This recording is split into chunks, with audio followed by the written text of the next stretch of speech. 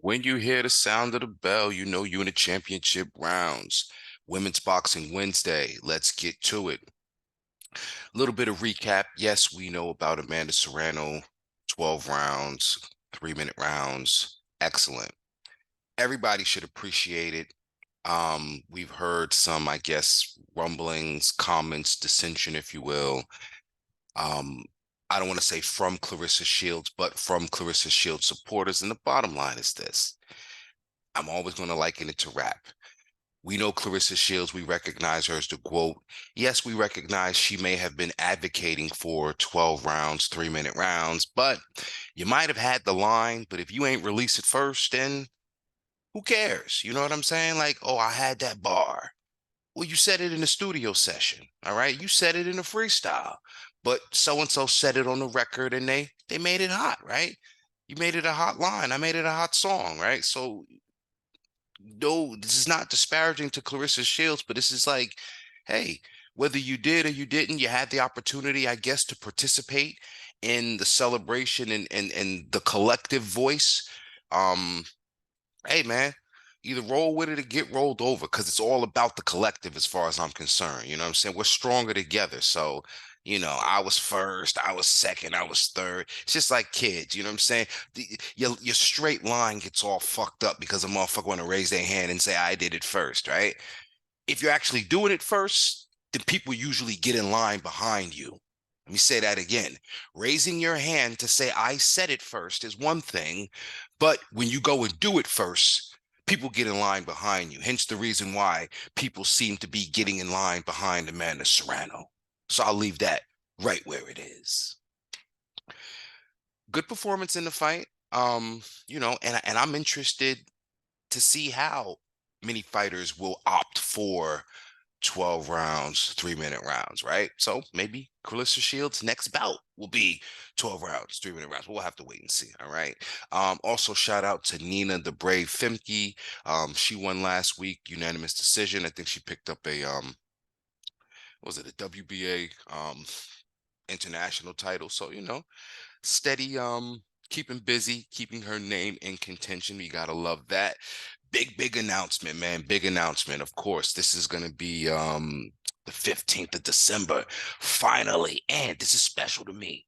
I had the opportunity to interview both of these legends, both of these greats. Yeah, because Shadasia Green, she a legend in two games like Pee Wee Kirkland for sure.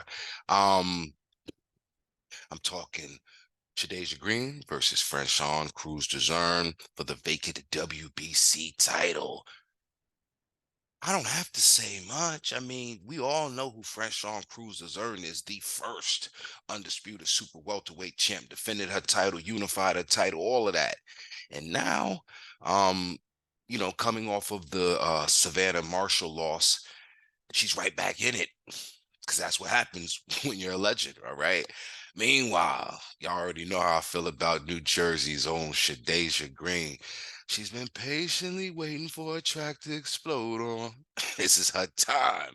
I love it, man. This is going to be a great bout. That's all I can say.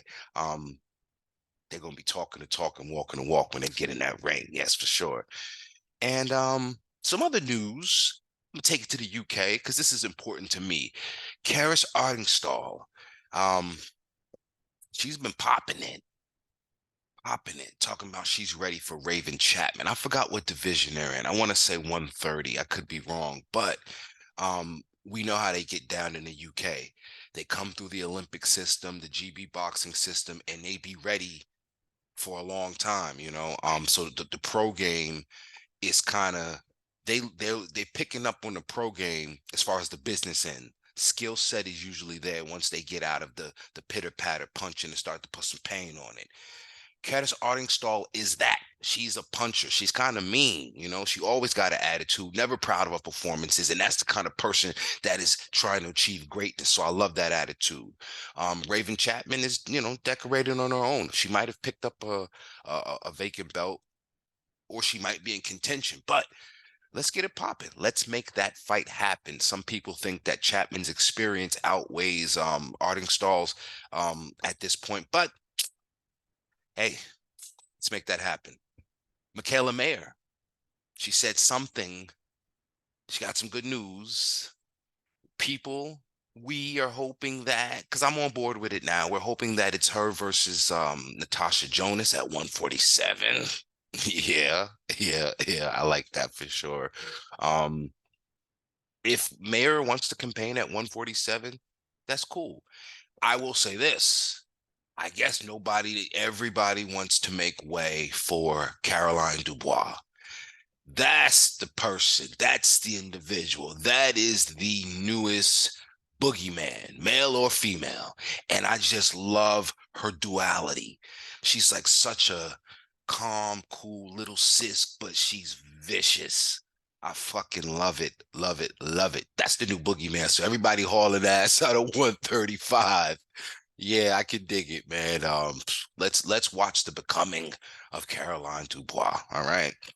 Um, Fight week news. This week you have the return. This is the former nemesis of Sandy Ryan, because she handed Sandy Ryan her lone defeat. But in the rematch, they fought for a vacant title. I'm talking about Erica Anabella Farias out of Argentina.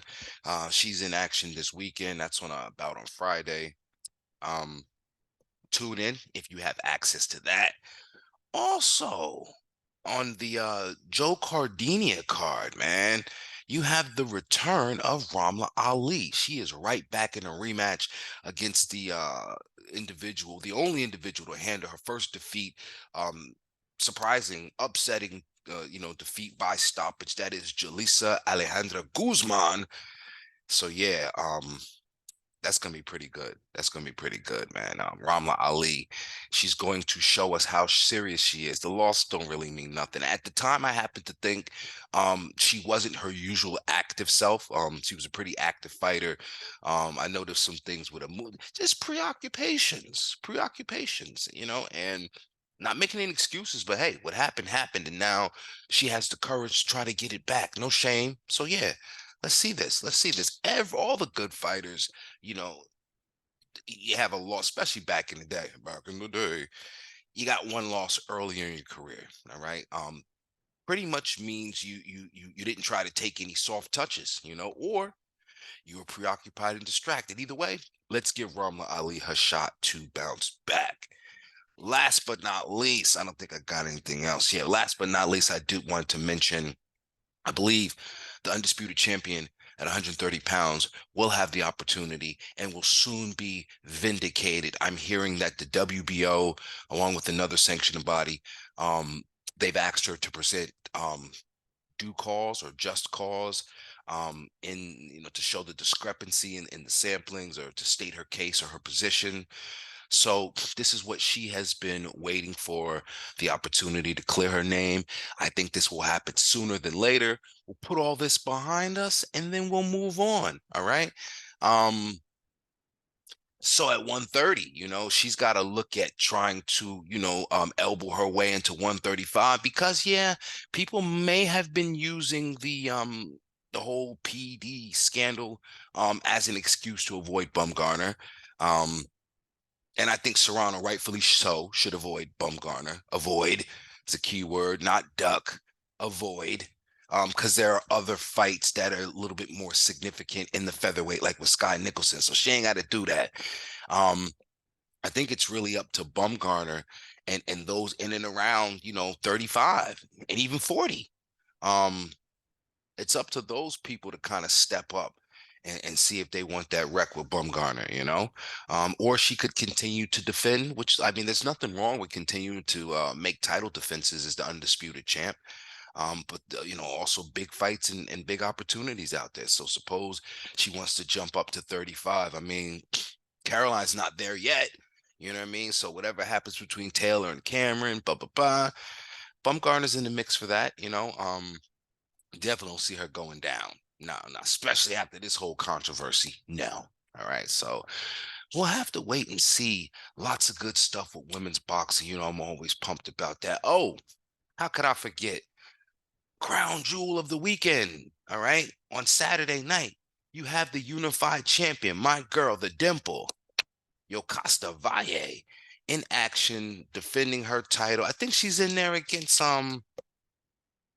Yeah, Anabel Ortiz. Um, Ortiz has been around. Yeah, she's also a common opponent of Tanisha Estrada, who looked lovely as J-Lo this Halloween. Um, so yeah, we're just kind of waiting for that to happen. Like I said, I think this is um Valle's opportunity. She's been a champion for a while, but really didn't people didn't notice her till after the Evelyn Bermudez win. So she's got to do a bit of a victory lap. All right. This is no different than um, when Franchon Crews-Dezurn took the Marshall fight instead of the Green fight. Because at the time it made sense because it made more money. Now you see her and Green are mixing it up anyway. All right. Because if it's meant to be, it's meant to be. But yes, eventually we'll get the Estrada and Valle fight. But Valle, she's got to continue to maximize her marketability. She's not a young lady and she's been in the game for a while, so she got to milk it, milk it, milk it. All right. So, um, yeah, man, I think that's about it. If I missed anything, I'll have to cover it either on IG where you can find me, or we'll come back next week with it. So until then, ladies and gentlemen, women's boxing, and boxing is this thing of ours. Check me out on IG this weekend because I'll have the more in-depth coverage of what's shaking. All right, we out of here.